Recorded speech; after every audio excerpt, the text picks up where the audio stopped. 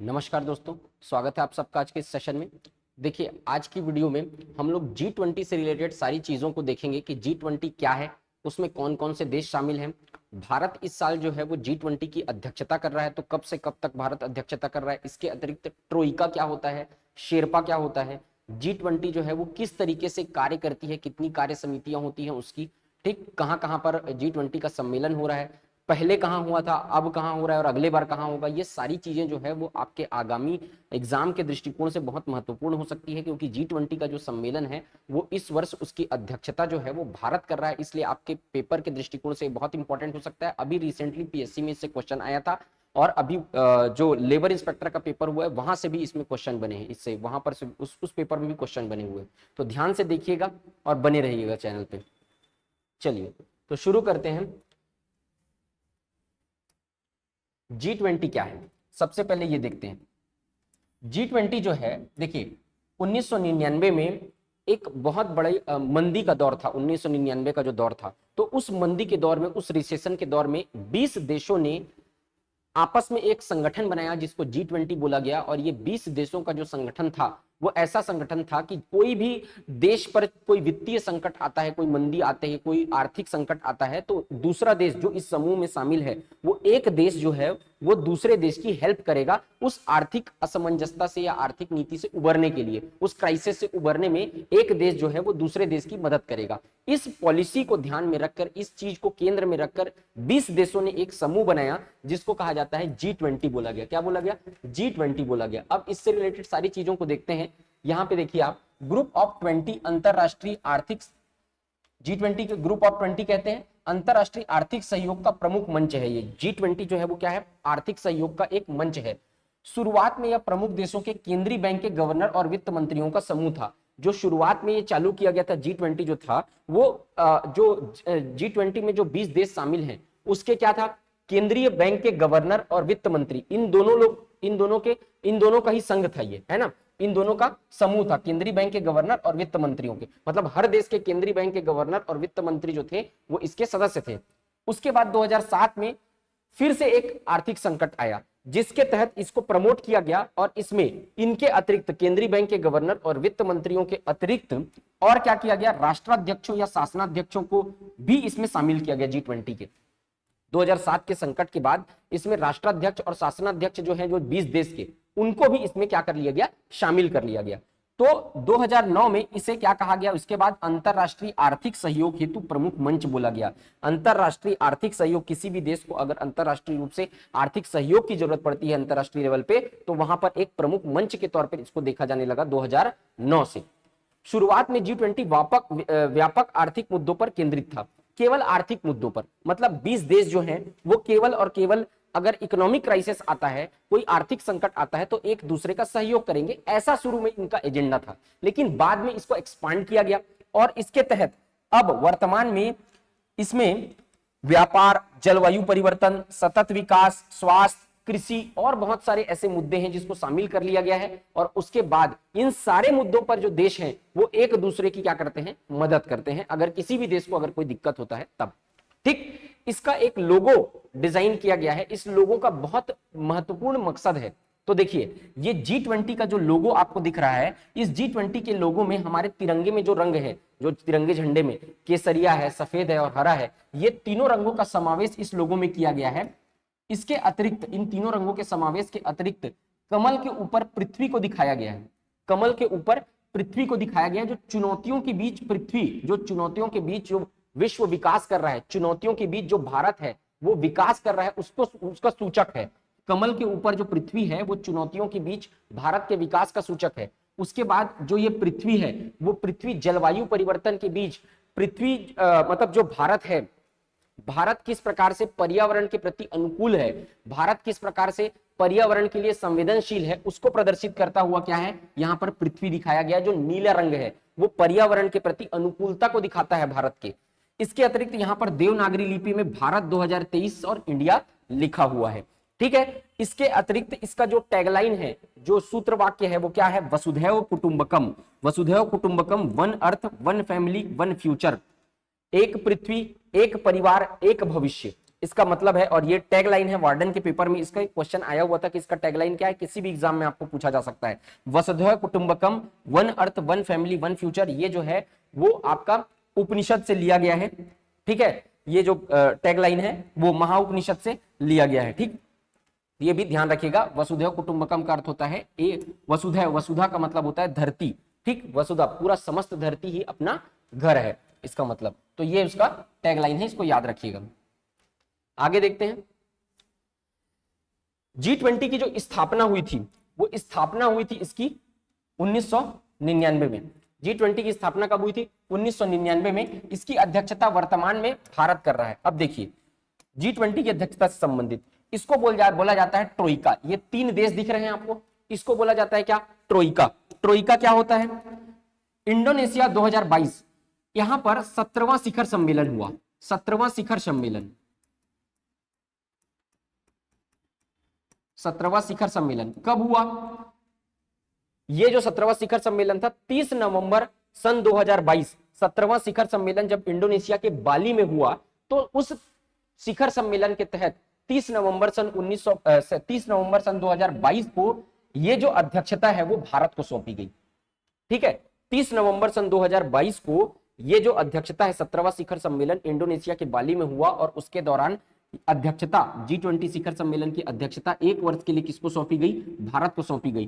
तो 1 दिसंबर सन 2022 से 1 दिसंबर सन 2022 से 31 नवंबर सन 2023 तक 1 साल अब इसकी अध्यक्षता कौन करेगा? भारत करेगा। भारत के अलग अलग शहरों में इसकी बैठकें होंगी और वहां पर एजेंडा होगा जिसके तहत क्या करेगा? भारत 1 साल तक इसकी अध्यक्षता करेगा। और इसके बाद भारत जो है वो फिर से 30 नवंबर सन 2023 को इसकी अध्यक्षता किसको सौंप देगा? ब्राजील को सौंप देगा। और अगले 1 साल तक अध्यक्षता जो है वो कौन करेगा?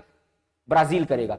तो ये 3 देश एक साथ क्या कहलाते हैं? ट्रोइका कहलाते हैं। जिस देश में पिछला सम्मेलन हुआ था और जिसने अध्यक्षता सौंपी थी, उसके बाद वर्तमान जो भारत जो है उसकी अध्यक्षता कर रहा है, और उसके बाद जो अध्यक्षता करेगा जो देश, वो 3 देश एक साथ मिलकर क्या कहलाते हैं? ट्रोइका कहलाते हैं। इस टर्मिनोलॉजी को याद रखिएगा। ठीक, इंडोनेशिया ने भारत को सौंपा, फिर उसके बाद अगला जो 2024 में होगा ये ब्राजील में होगा। भारत अध्यक्षता कर रहा है 1 दिसंबर 2022 से 31 नवंबर 2023 तक। 60 से अधिक शहरों में 200 से अधिक बैठकें होंगी भारत के। 60 से अधिक शहरों में 200 से अधिक बैठकें होंगी। 18वां नंबर का जो G20 का सम्मेलन है, शिखर सम्मेलन, वो भारत में हो रहा है। ये क्रम को भी याद रखिएगा, और ट्रोइका बोला जाता है इसको। इसके अतिरिक्त ये ध्यान रखना है कि ये जो G20 में शामिल 20 देश हैं, वो कुल मतलब पूरे विश्व का 85% हिस्सेदारी है दुनिया की जीडीपी में। मतलब दुनिया की पूरी जीडीपी को हम लोग अगर 100% ले लेते हैं, तो 100% जीडीपी में 85% जीडीपी इन्हीं 20 देशों की है।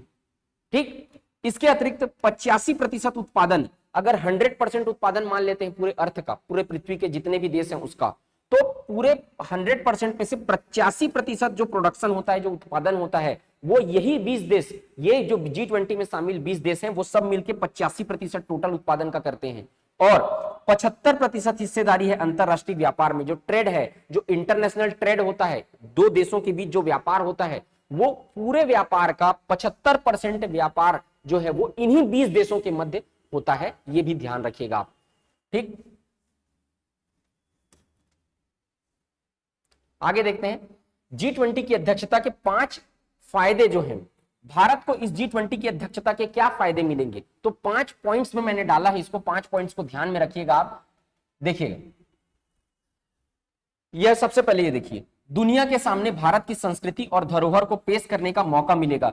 देखिए, 20 देशों के राष्ट्र प्रमुख जो हैं, 20 देशों के जो शेरपा हैं, वित्त प्रमुख हैं, वो सारे लोग क्या करते हैं? मीटिंग में आते हैं। और जो बहुत लोकप्रिय शहर हैं, जो भारत के जो महत्वपूर्ण शहर है, जहां संस्कृति, जिस शहर से भारत की जो संस्कृति है वो परिलक्षित होती है, उस जगहों पर क्या किया जाएगा? उन 20 देशों का मीटिंग रखा जाता है। तो 20 देशों के जो प्रमुख आएंगे, उन देशों में मीटिंग करेंगे। तो उस देश, उन शहरों में मीटिंग करेंगे जब, तो उन शहरों की जो संस्कृति है उससे परिचित होंगे, और शहरों की संस्कृति से परिचित होंगे। इसका मतलब भारत की जो संस्कृति है वो वैश्विक तौर पर पहचानी जाएगी जब बाहर के देश के जो राष्ट्र प्रमुख हैं वो हमारे देश में आएंगे। तो सबसे पहले भारत की जो कल्चर है, जो 5000 साल पुरानी संस्कृति है, उसको विश्व में एक मंच मिल रहा है, और उस मंच के माध्यम से हम अपनी संस्कृति को, देश को, पूरे विश्व को दिखा सकते हैं। ये पहला फायदा।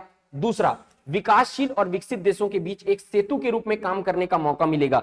भारत विकासशील देश है, इसमें विकसित देश भी शामिल है, तो उन दोनों के एक मंच पर जब आएंगे तो विकासशील देश को यह समझने का मौका मिलेगा कि विकसित देश कैसे काम करते हैं, उनकी आर्थिक नीतियां क्या है, उनकी आर्थिक नीतियों से हमारी आर्थिक नीतियां साझा होंगी, एक दूसरे की मदद करेंगे, तो एक मंच पे विकासशील और विकसित देश को आने का क्या मिलेगा, मौका मिलेगा।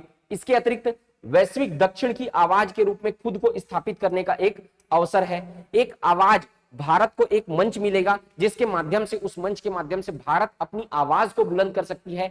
भारत में जो जिस पॉलिसी पे भारत काम करती है, वसुधैव कुटुंबकम की या सर्वधर्म समभाव की, या फिर आप कह लीजिए कि भारत जो है वो सभी का भला चाहता है, सर्वे भवन्तु सुखिनः सर्वे सन्तु निरामया, ये जो पॉलिसी है उसको विश्व के सामने रखने का भारत को एक क्या मिलेगा, मंच मिलेगा। भारत की दुनिया में एक जिम्मेदार शक्ति के रूप में विश्वसनीयता बढ़ेगी कि G20 के देश में शामिल है, बहुत बहुत बड़े जो विकसित देश है उनके साथ अगर भारत शामिल है, G20 में अगर शामिल है, तो G20 की विश्वसनीयता भारत की विश्वसनीयता के साथ मैच करेगी और भारत एक विश्वसनीय देश के, जिम्मेदार देश के रूप में उभरेगा। इसके अतिरिक्त भारत के सामने अंतरराष्ट्रीय मंच पर अपनी क्षमताओं के प्रदर्शन का अवसर मिलेगा। भारत जो है वो परमाणु शक्ति है और अंतरराष्ट्रीय स्तर पर भारत के पास जो भी क्षमताएं हैं वो इंटरनेशनल लेवल पे भारत को बताने का मौका मिलेगा कि हमारे पास ये कैपेबिलिटी है। भारत ने भी चंद्रयान 3 लॉन्च किया है, तो वो सारी चीजों को पूरे हर देश जो है वो देखेगा। एक मंच पे जब आएगा तो भारत की क्षमताओं को वो क्या करेगा, पूरे सारे देश जो है वो एक साथ मिलकर देखेंगे। इसके अतिरिक्त भारत जो है वो आतंकवाद से संबंधित मुद्दे हैं, भारत आतंकवाद से ग्रसित है, उन सारे मुद्दों को भारत को उठाने के लिए क्या मिलेगा, भारत को एक मंच मिलेगा। ये सारे फायदे हैं, बहुत सारे फायदे हैं, बहुत बड़ा अपॉर्चुनिटी है, बड़ी अपॉर्चुनिटी है भारत के पास कि एक साल के लिए भारत को ये G20 की अध्यक्षता मिली है। G20 अध्यक्षता के तहत एक वर्ष के लिए G20 एजेंडा का संचालन किया जाता है। एक एजेंडा बनाया जाता है जिसके माध्यम से 5-6 टॉपिक्स हैं उस एजेंडे में, और उन टॉपिक्स पे भारत क्या करेगा, जैसे कि महिला सशक्तिकरण उसके अंतर्गत एक टॉपिक है, तो भारत जो है वो एक साल तक उन मुद्दों पर चर्चा करेगा, उसमें क्या क्या काम कर रहा है, वो सारे विजन को भारत में अंतरराष्ट्रीय मुद्दे पर, अंतरराष्ट्रीय स्तर पर, अंतरराष्ट्रीय मंच पर उनको रखने का प्रयास करेगा। तो उन एजेंडों के तहत, एक साल के तहत एजेंडे बनाए गए हैं और उन एजेंडों पर यहां पर क्या होगी, हर मीटिंग के तहत उन पर चर्चा होगी। G20 में 2 समांतर ट्रैक होते हैं। कैसे काम करता है ये देखते हैं। G20 जो होते 2 ट्रैक होते हैं, एक तो होता है एक वित्त ट्रैक। क्या होता है, वित्त ट्रैक होता है, जिसमें कौन शामिल होते हैं, वित्त ट्रैक में शामिल होने वालों में वित्त मंत्री और सेंट्रल बैंक के गवर्नर, 20 देश शामिल हैं, 20 देश हैं G20 में। तो हर देश के क्या होते हैं, वित्त मंत्री और सेंट्रल बैंक के गवर्नर इस वित्त ट्रैक के अंतर्गत शामिल होंगे और वो मीटिंग जब बुलाया जाएगा तो वहां पर आएंगे। इनका एक अलग एजेंडा होता है जिसपे वो मीटिंग पे आके क्या करेंगे, चर्चा करेंगे। उसके बाद होता है दूसरा एक शेरपा ट्रैक, शेरपा ट्रैक कहते हैं। शेरपा ट्रैक में क्या होते हैं, हर देश के क्या होते हैं, शेरपा लोग जो होते हैं, शेरपा के बारे में बताता हूं अभी। तो हर देश के शेरपा जो होते हैं, 20 देश के शेरपा, वो इस शेरपा ट्रैक में शामिल होंगे। जैसे कि भारत के शेरपा कौन है वर्तमान में, अमिताभ कांत है। अमिताभ कांत नीति आयोग के सीईओ थे इससे पहले, ये बात भी याद रखिएगा। तो अभी वर्तमान में भारत के शेरपा कौन है, अमिताभ कांत है। उसी तरीके से हर राष्ट्र ने अपना शेरपा घोषित किया है। शेरपा जो होता है वो बेसिकली नेपाल की एक जनजाति समूह है शेरपा, जो ट्रैकिंग करते हैं, जो लंबे ऊंचे ऊंचे पहाड़ चढ़ते हैं, उनको क्या बोला जाता है, शेरपा बोला जाता है। तो शेरपा का मतलब G20 में क्या है, प्रमुख। ये शेरपा ट्रैक में हर देश में 20 देश का अपने अपने देश का क्या है, एक शेरपा है, एक प्रमुख है, जिसको क्या बोला जाता है, शेरपा बोला जाता है। ये शेरपा लोग, शेरपाओं की बैठक होती है, जैसे कि उदयपुर में हुई थी, कर्नाटक के हम्पी में है और केरल में। तो ये महत्वपूर्ण जगह पे इनकी बैठक होती है, वहां पे इनका एक अलग एजेंडा होता है। और वित्त ट्रैक की बैठक होती है, उसमें अपने एक अलग एजेंडा होता है जिसपे लोग क्या करते हैं, चर्चा करते हैं आपस में। तो ये सब उसकी कार्यप्रणाली होती है G20 की। इसके बाद हम लोग देख लेते हैं लास्ट में कि यहाँ पर G20 में कौन कौन से देश शामिल हैं, टोटल कितने देश शामिल है। नाम ही G20 है तो स्वाभाविक तौर पे 20 देश यहाँ पर क्या है, शामिल है G20 में। अब कौन कौन से देश शामिल हैं, तो यहाँ पे देखिएगा, Canada, US, Mexico, Canada, US, Mexico, Brazil, Argentina, European country में UK, Germany, France, Italy, Turkey, Saudi Arabia, China, India, Japan, South Korea, Russia, Indonesia, Australia, ये 19 देश शामिल हैं, और साउथ अफ्रीका। तो ये जो है टोटल कितने हुए, 19 देश, प्लस एक यूरोपियन यूनियन भी शामिल है। क्या, यूरोपियन यूनियन। तो टोटल कितने कंट्री हो गए, 20। तो ये 20 देश जो है वो G20 के तहत शामिल है। मेन रूप से आप याद रखिएगा भारत को अध्यक्षता कब से कब तक मिली है, कौन सा नंबर का शिखर सम्मेलन है, 18वां नंबर का है। तो ये सारी चीजें आप याद रखिएगा। मुझे उम्मीद है कि मैं आप सबको G20 के बारे में बेहतर तरीके से समझा पाया हूँ। अगर आप लोग को वीडियो अच्छा लगा हो तो वीडियो को जरूर लाइक करिएगा, कमेंट सेक्शन में कमेंट करके जरूर बताइएगा कि वीडियो कैसा लगा, चैनल को सब्सक्राइब करिएगा। मिलते हैं नेक्स्ट वीडियो में। जय हिंद, वंदे मातरम।